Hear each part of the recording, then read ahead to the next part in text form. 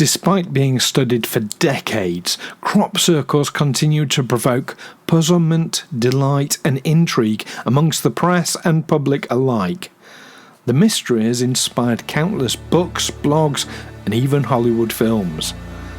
Join myself and Neil as we ask the question, who or what is making crop circles?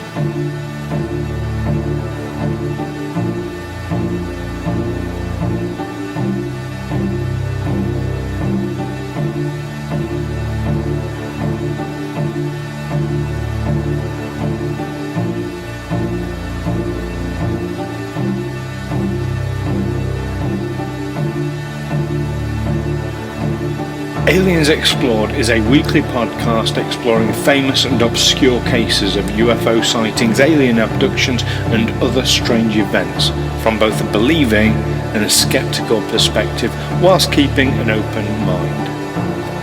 I'm Stu Jackson, a professional actor and amateur ufologist with a particular interest in the crop circle phenomenon. I'll be debating that otherworldly visitations are real. The truth is out there. And I'm Neil Kelly. I'm a professional actor as well and used to work for the military as an intelligence analyst. I'll be arguing from a more doubtful point of view. I mean, it's all a bit far-fetched, isn't it?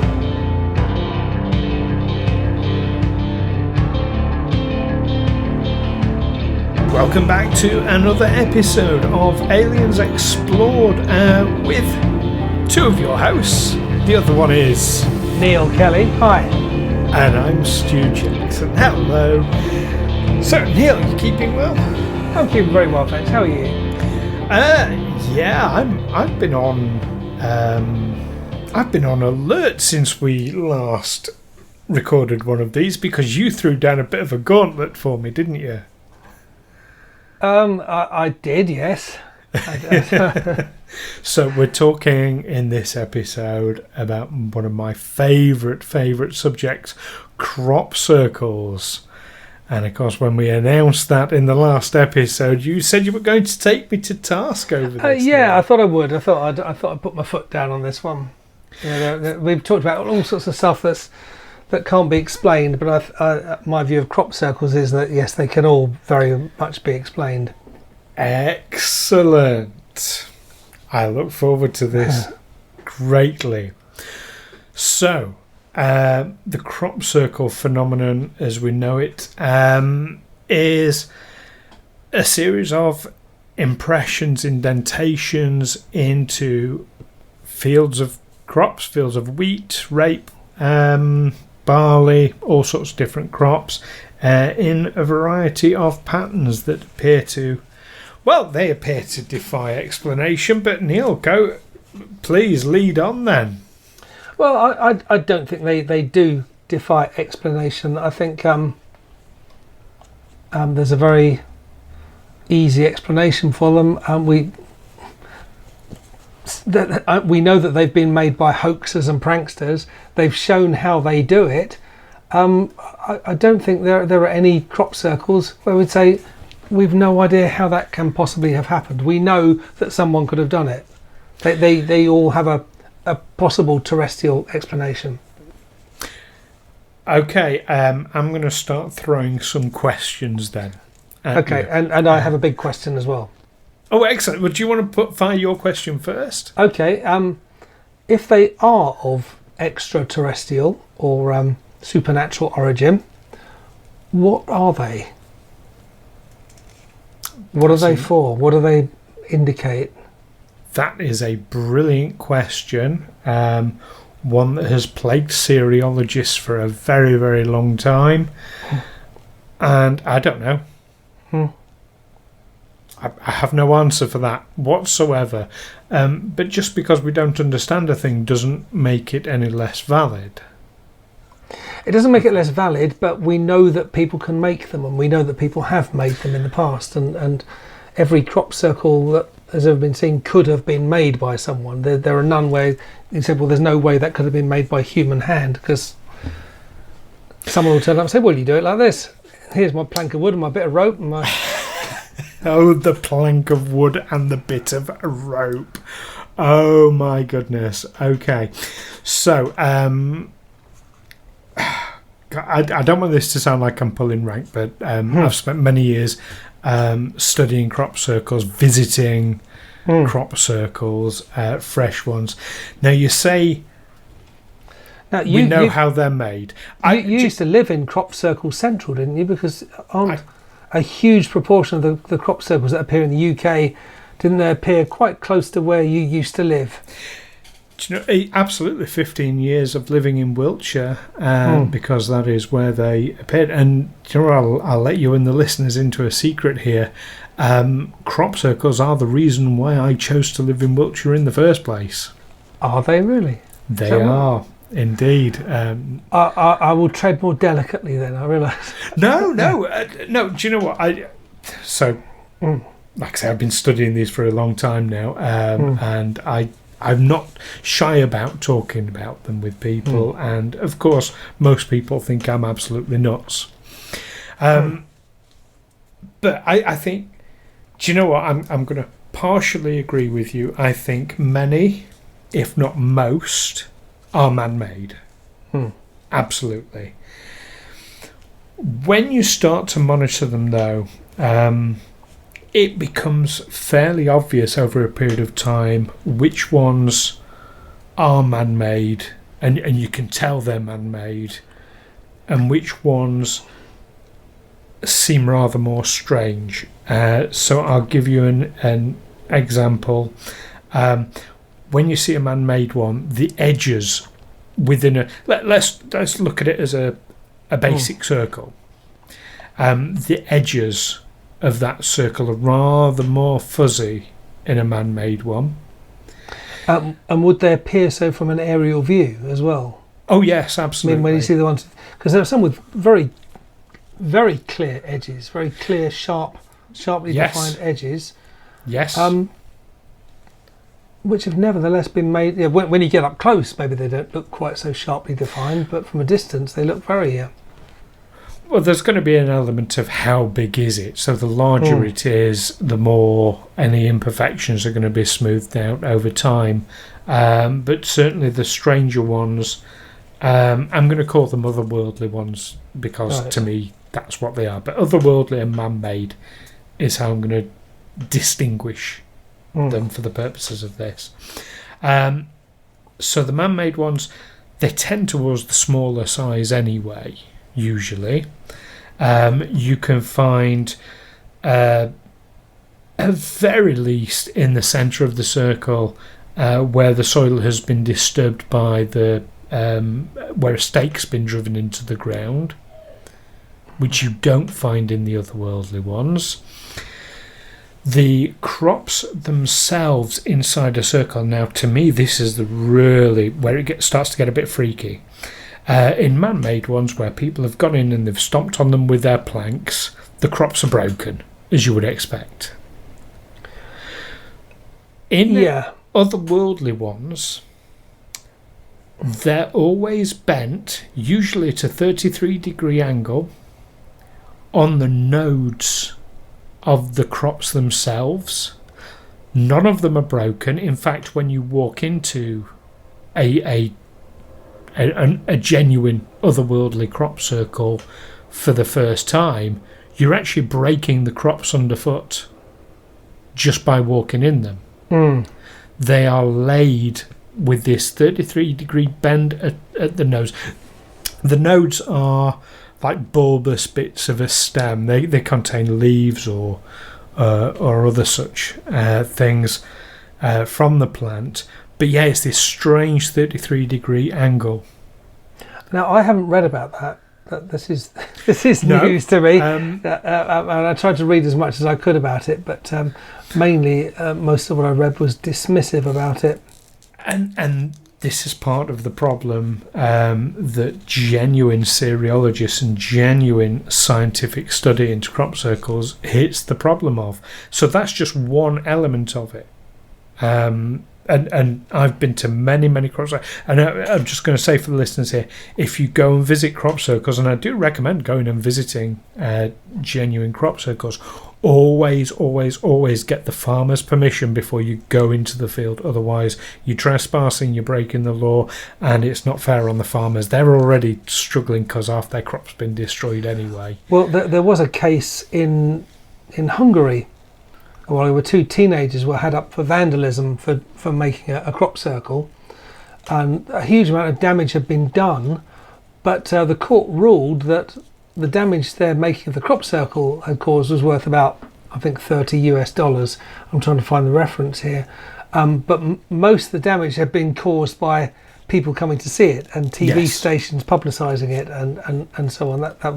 That caused the real damage.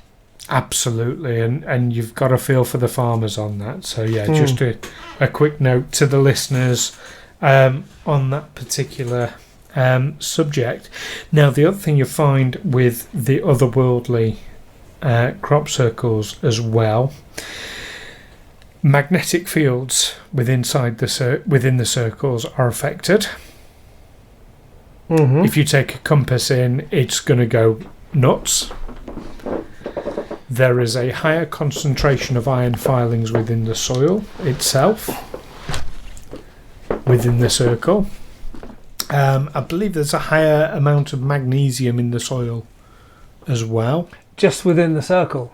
Just within the circle. It stops dead at the edge of the circle. Or in the more complex patterns where the pattern stops. So there's that. There is the amount of time. They have a tendency to appear overnight. But they have appeared during the day, and there are cases of pilots flying over a field, nothing to see whatsoever, flying back 5 minutes later, and there's a 300-metre crop circle with really complex formations that has appeared in that field in the space of 5 minutes. I was looking for something like that. What I read said that no one's ever seen it actually forming with that. Well, he might have seen it being formed, but that certainly counts as it couldn't have been done in that time. If that's what the pilot says, I'm gonna dispute that one as well, because you're actually talking to someone who was present at a formation. Oh, really? You've actually seen it? Saw is a bit of a. I use the words present quite carefully. It was a really strange happening. So I'd been out to visit a fairly fresh circle. It had been there about 2 or 3 days, I think, in Wiltshire, just opposite Silbury Hill. For anyone who knows the area, it's a very, very common. This particular field is very, very common for crop circles to appear every year. And yeah, there'd been a fairly simple formation. I think there was one large circle with an orbiting ring, and a smaller circle just to the sort of northwest of it. This was a few years ago now. This was maybe 6-7 years ago, and I was actually showing a friend the crop circle for the first time. It was their first ever, and we were inside the crop circle. Now the crop itself was quite tall. I would say it was about shoulder height where it was stood. And whilst we're inside, it's a nice, clear, sunny day. A little bit windy, but not too bad. We're inside the crop circle. All of a sudden, both of us got a massive feeling of oppression, like emotional, like an emotional weight on us. The wind stopped abruptly. It was almost like a deadening of sound. There was like a null sensation.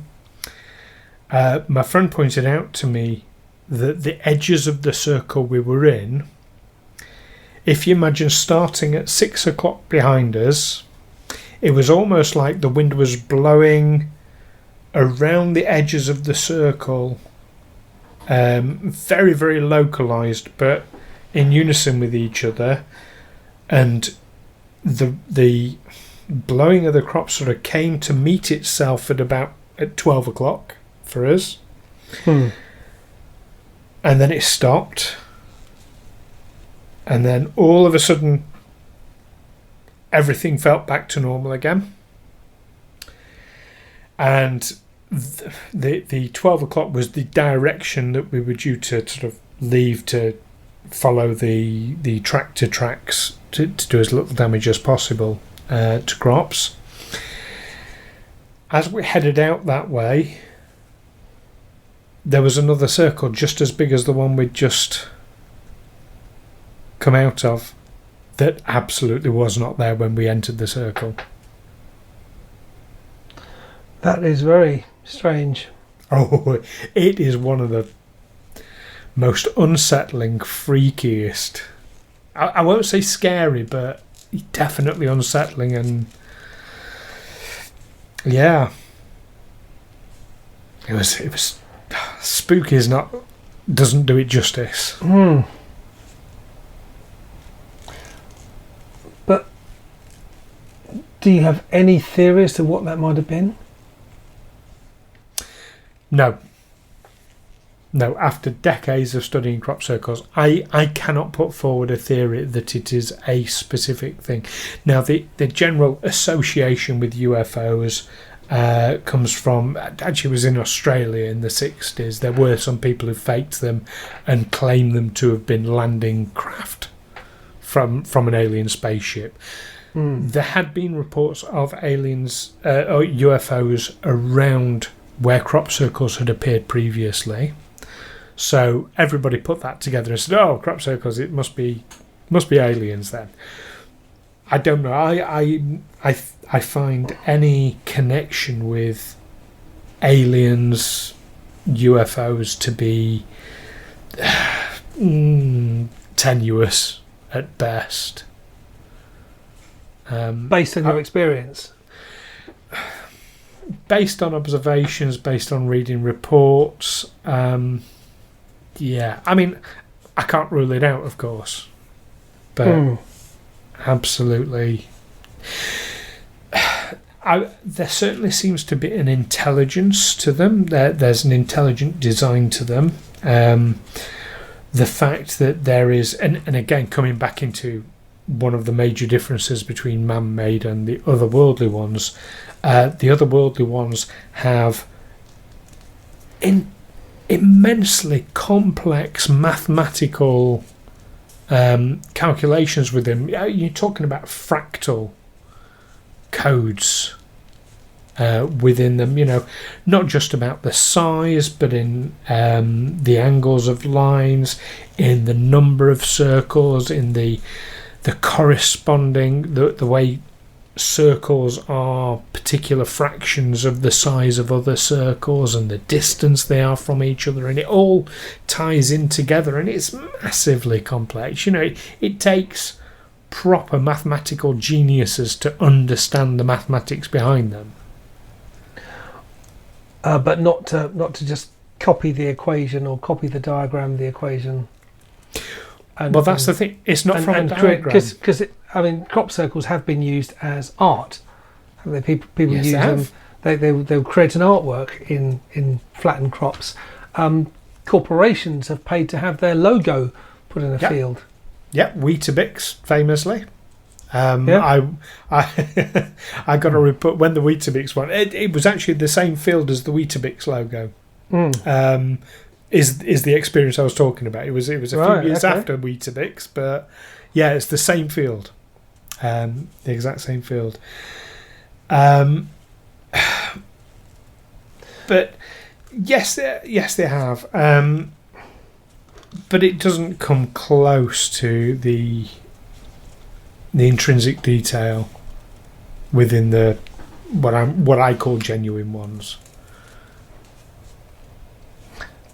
Which are small in number. You're saying this small number which have these precise mathematical dimensions to them.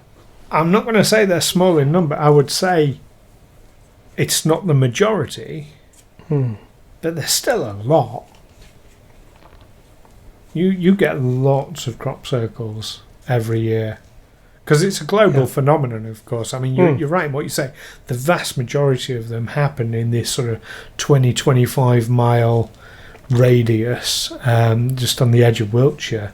They're sort of going towards the Oxfordshire way. But it's also the area, you know, it's Glastonbury and Stonehenge and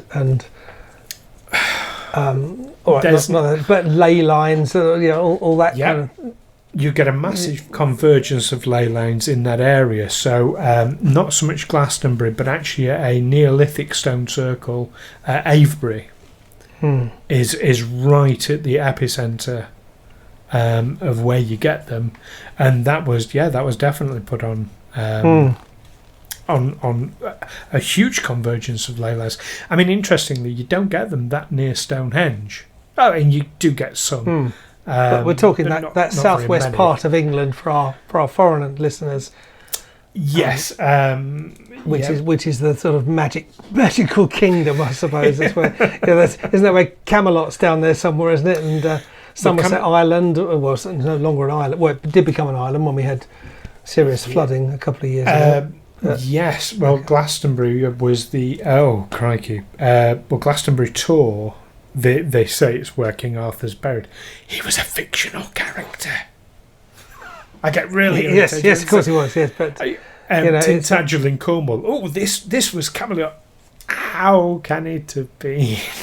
It's funny how mythical or fictional characters can become very real for people. I've worked at the Tower of London, and we're doing medieval or late medieval Wars of the Roses stuff. And I've had people come up to me saying, "So are you from the House of Lannister or from the House of all this Game of Thrones stuff?" Really? Yeah.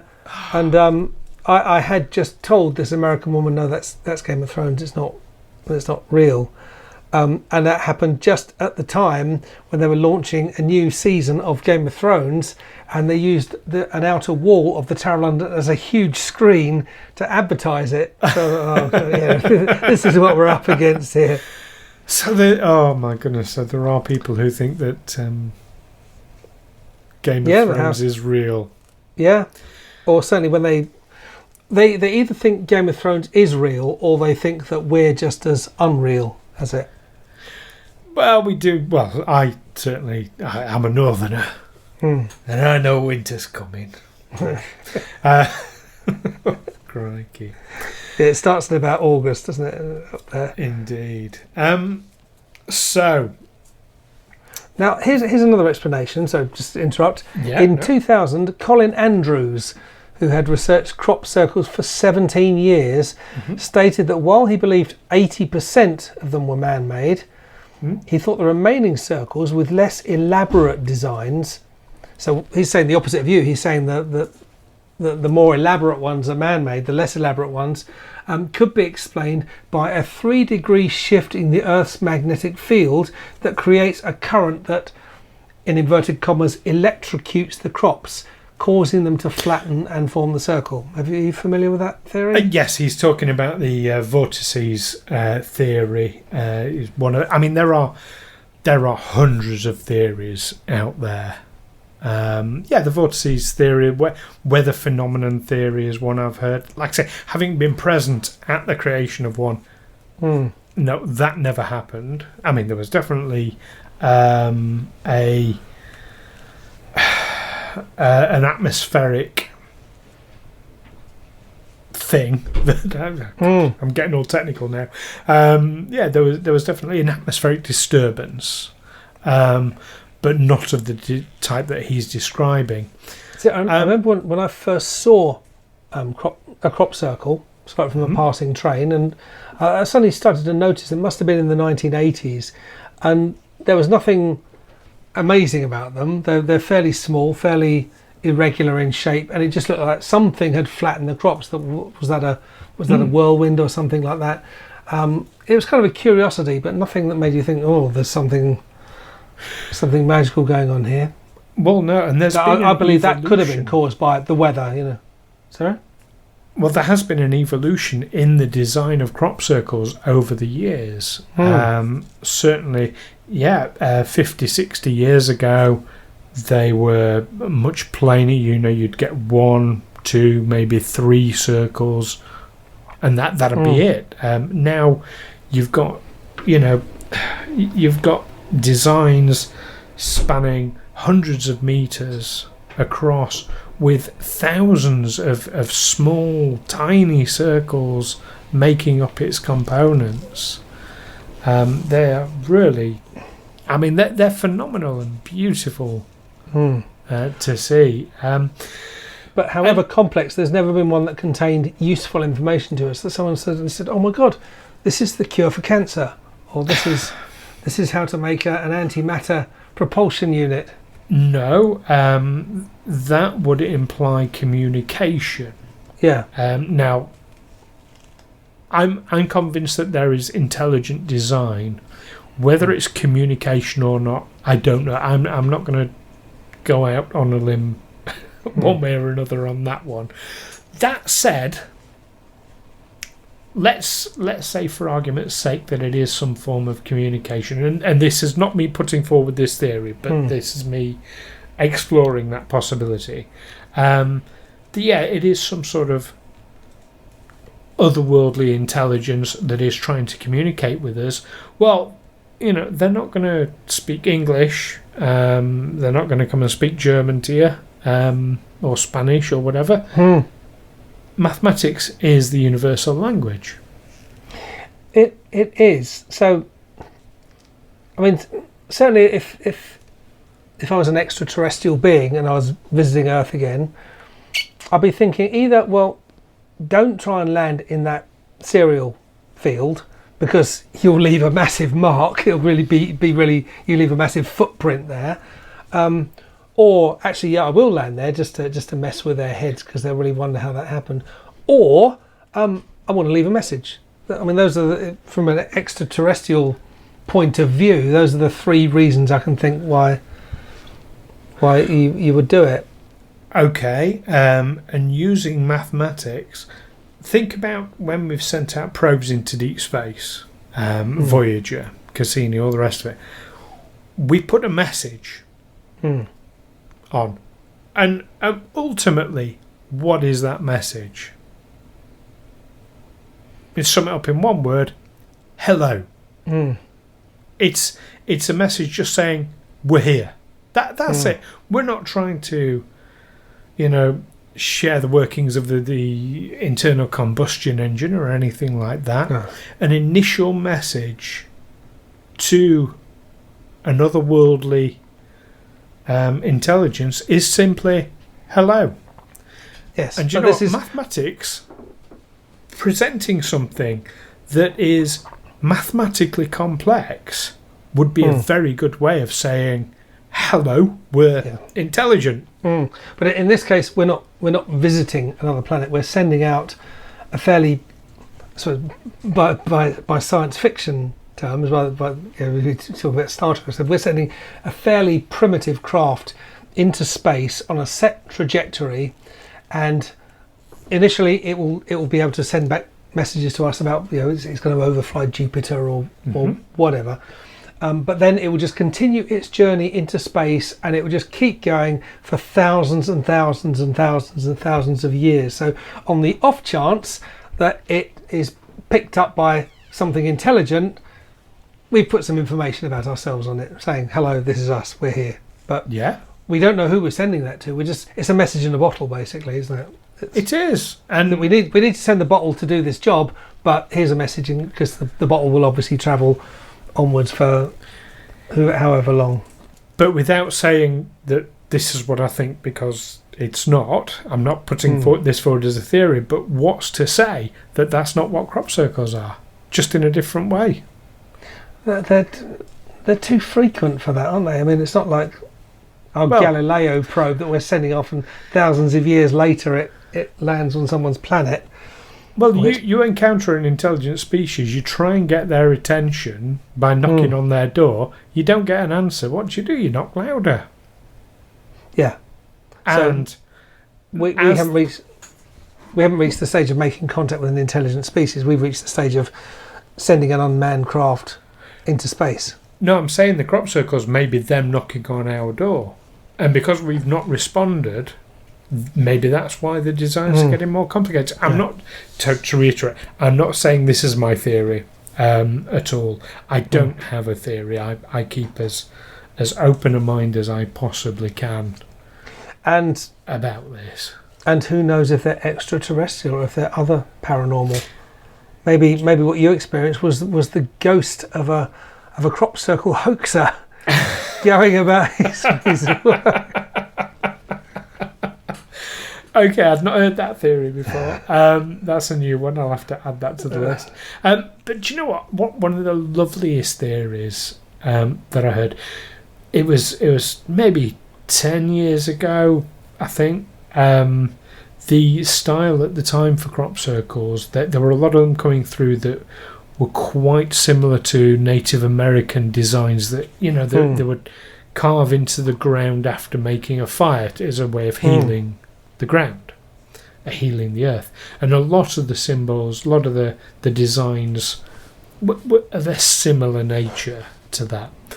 And I heard this beautiful theory that it's the earth trying to heal itself. And I love that, the whole Gaia thing. Yeah. I don't buy into it. Yes. But isn't that lovely? And remember, listeners, the earth isn't dying, it's being killed. And the people killing it have names and addresses. They do indeed. You find them in London. But do you know what? I mean, even that isn't as wacky as the most common theory in the 80s, which was that it was caused by over-amorous hedgehogs. Well, there was a case in, was it Tasmania, where Australian wallabies have been found eating the crop circles in fields of opium poppies, which are being grown for medicinal use. But after consuming some of the opium-laden poppies, they started running around in circles. Yes, they would. I mean, obviously that's unless it made them that's been verified. But over-amorous hedgehogs, over-amorous hedgehogs. That was the prevalent theory in the 80s. It was hedgehogs in season. When they were mating, they were shoving each other round in circles, and that was causing crop circles. Wow. I mean, you can look all this up, listeners. It's all out there. But that's the thing. So what's not out there, and it's the problem you found in trying to research this, Neil, is there is all this genuine, tangible, scientific stuff. I talked about the magnetic fields. I've talked about the higher iron filings, the higher magnesium content. I've not gone into the DNA structure of the crops inside circles either, which is different to the crops outside the circles. Is it really? The flattened crops actually have different DNA? They have slightly modified DNA. Yeah. That makes you wonder, doesn't it? So once a crop has been flattened into a circle, is it still harvestable, or is that just assuming it's not been trampled by members of the public coming in to have a look, as long as it's treated with respect, absolutely it's harvestable. Even with a combine harvester doesn't require the crop to be standing up to be able to get it. It can actually pick it up if it's been. Well, that's flattened. What I'm saying. This 33-degree angle. I'm trying to describe this as best I can. It's very obviously radio is not a visual medium. The crops are not on the ground. They are still pointing upwards, just at a 33-degree angle. And in fact, the first part of the crop, so maybe the first, I'm going to talk in thirds, but I'm not talking actual thirds. I'm talking very, very rough guides here. The first third of the stem is vertical. Then you get to one of these nodes in the stem, and it's bent at an angle. Bent rather than cut or broken, because there have been crop circles where they've been. It's not even. It's as if you pick one up and you look at it, it's as if it's grown that way naturally from day one. What about GM crops? What about GM crops now? One of the fears about GM crops was that once it gets into, if you've developed a genetically modified crops, once that's out into the wild, once it gets out of the lab, that's it. There's no recapturing it. So could that just be rogue GM crops, patches of GM crops? Well, given that all crops are genetically modified anyway, otherwise, we wouldn't have wheat, we'd have grass. Oh, yeah. But that's, I mean, you're talking about, I suppose, more on a genetic, minuscule laboratory modified rather than just crossbred. But you tell me, do you think there's much credence in that? It would require, at the time the crop was sown, that someone said, "Oh no, let's make this shape on the ground, and we will scatter these GM crops within this area that will grow straight for a while and then go over at this 33-degree angle because that's a quirk of their our laboratory, our failed experiment." But let's, for a laugh, just to mess with people's heads. So these crops will go straight for a while and then suddenly tilt over. Okay. I'm really clutching at at wheat straws here. The crop circles are an absolute bane to farmers. As I say, it ends up destroying their crops, and as you rightly said yourself, by people coming in and having a look at them. Without permission and without doing it properly and showing the area the proper respect. So, for one thing, I can't imagine for one moment farmers agreeing to that.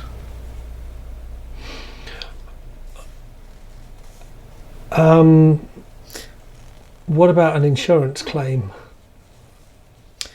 that can inflate the value of their losses? Do you know what? I'm going to hold up my hands here and say I don't know anything about whether or not they're actually covered by insurance on this.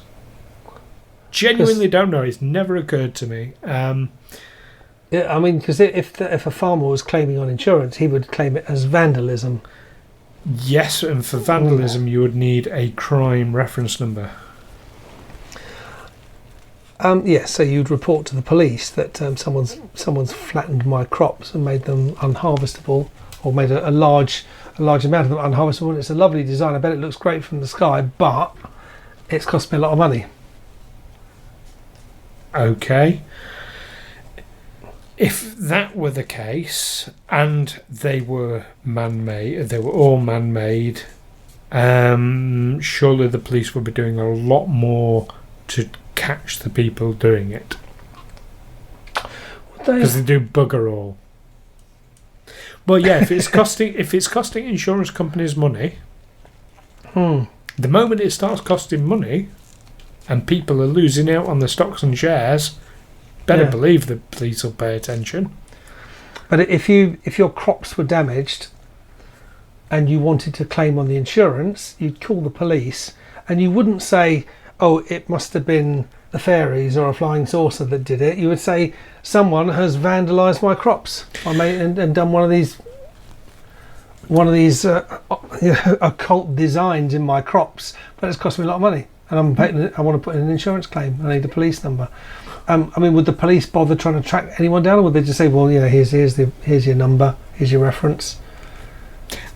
I genuinely don't know on that. I really don't. Because there was the story of the two Hungarian teenagers who were arrested and charged, and the court. The farmer wanted massive compensation, but the court ruled that the damage that they'd done was only worth about $30. So I doubt if a farmer is going to put in a claim for an amount like that.